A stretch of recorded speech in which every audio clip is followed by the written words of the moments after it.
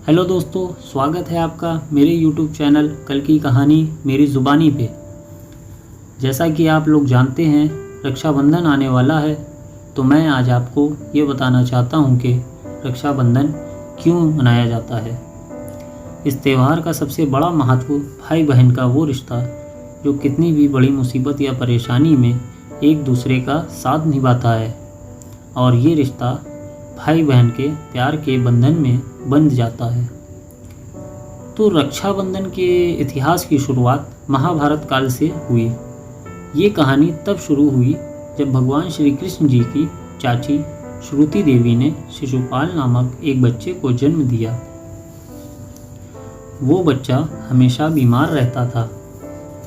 श्रुति देवी ने कई विद्वानों को दिखाया। उन विद्वानों के स्पर्श से ये पता चला ये बच्चा जिसके हाथों ठीक होगा उसी के हाथों इस बच्चे की मृत्यु निश्चित है।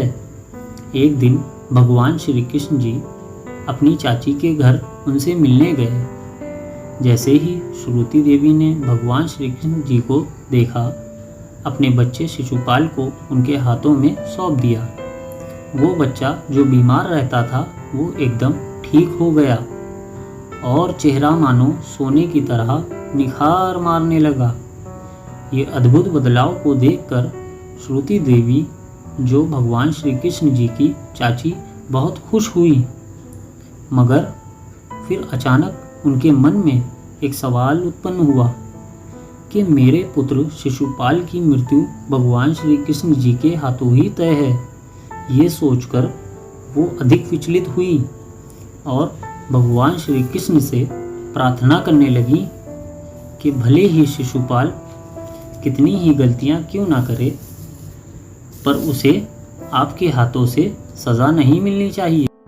यह सुनकर भगवान श्री कृष्ण जी ने तुरंत अपनी चाची से ये वादा किया, मैं उसकी गलतियों को हमेशा माफ़ कर दूंगा, पर एक शर्त ये भी है, अगर उसने 100 गलतियों से अधिक गलतियां की तो मैं उसे हरगिज़ माफ़ नहीं करूँगा।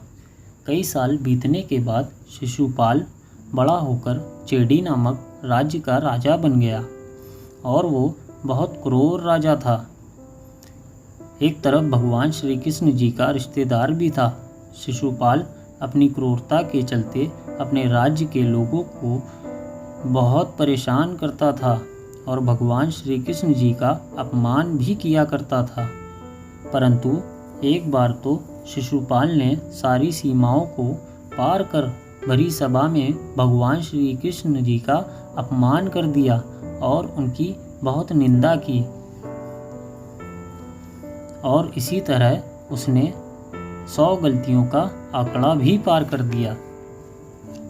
भगवान श्री कृष्ण को यह देख बहुत क्रोध आया और तुरंत ही अपने सुदर्शन चक्र से उस पर प्रहार कर दिया, जिससे शिशुपाल का सिर धड़ से अलग हो गया और सुदर्शन चक्र से श्री कृष्ण जी की उंगली भी कट गई और बड़ी तेज़ी से रक्त की धार निकलने लगी।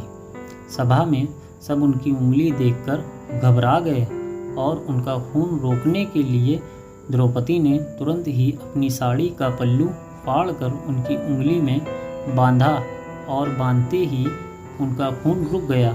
ये देख भगवान श्री कृष्ण जी ने ये वादा किया, हे बहन, तुमने मेरे दुख में साथ दिया है तो मैं भी तुम्हारे दुख में साथ दूंगा, तुम्हारी परेशानी में हमेशा खड़ा रहूंगा। यह सुनकर द्रौपदी बहुत खुश हुई। इस घटना के बाद से रक्षाबंधन पर्व का आरंभ हुआ और जब कौरवों ने भरी राज्यसभा में द्रौपदी की साड़ी खींचकर उसका अपमान करने का प्रयास किया, तब भगवान श्री कृष्ण जी ने द्रौपदी की रक्षा की, अपना वादा पूरा किया और द्वापर युग से पहले अपने भाइयों की कलाई पर रक्षाबंधन के इस पर्व पर राखी बनती है और बदले में भाई अपनी बहन की रक्षा करने का वादा करते हैं। तो दोस्तों, कैसी लगी मेरी ये कहानी?